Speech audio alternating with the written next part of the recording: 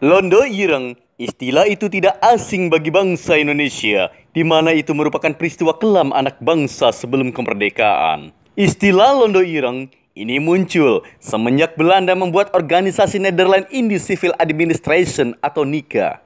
Putra bangsa Indonesia di waktu itu menjadi pengkhianat. Mereka bergabung dengan penjajah Belanda demi kehidupan mapan dan mewah. Hal itulah yang membuat bangsa Indonesia ini tergadaikan. Sehingga selama ratusan tahun, Indonesia sulit untuk memerdekakan diri dari penjajah. Anggota NICA bersama Koninklijke Netherlands Indische Leger atau KNIL dipersenjatai untuk memerangi Indonesia. Penduduk Bumi Putra menjadi musuh karena memerangi saudaranya sendiri. Di antara negara-negara penjajah, Belanda disebut sebagai negara yang paling lama menjajah Indonesia selama 350 tahun. Di mata masyarakat Indonesia, khususnya Pulau Jawa, julukan Londo Ireng merupakan suatu aib karena menjadi pengkhianat. Presiden Soekarno pernah berujar, "Perjuanganku lebih mudah karena melawan penjajah. Namun, perjuangan kalian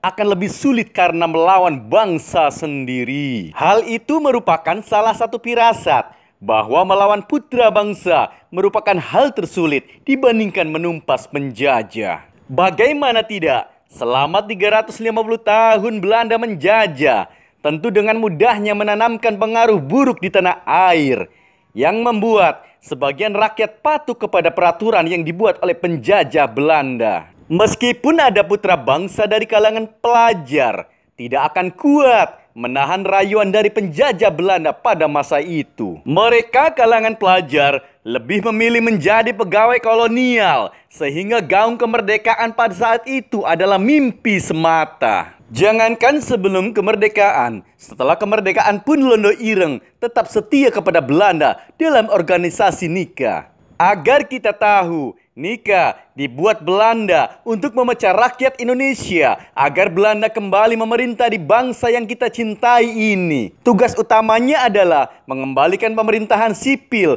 dan hukum sesuai dengan undang-undang ala kolonial Hindia Belanda. Organisasi yang dibentuk pada tahun 1944 di Australia ini menjadi penghubung pemerintah kolonial Hindia Belanda di pengasingan dengan komando tertinggi sekutu di wilayah Pasifik Barat Daya atau Southwest Pacific Area. Setelah penjajah Belanda hengkang dari Indonesia dan direbut oleh Jepang, organisasi ini tetap eksis meskipun berganti nama agar tidak terdeteksi oleh pihak Jepang. Londo Ireng lebih kejam dari bangsa penjajah Belanda karena mereka bisa masuk menjadi rakyat biasa tanpa diketahui dan membocorkan informasi penting dalam proses kemerdekaan. Dan berakhirlah kisah sejarah ini. Semoga bermanfaat. Ditunggu like, comment, and subscribe-nya. Terima kasih.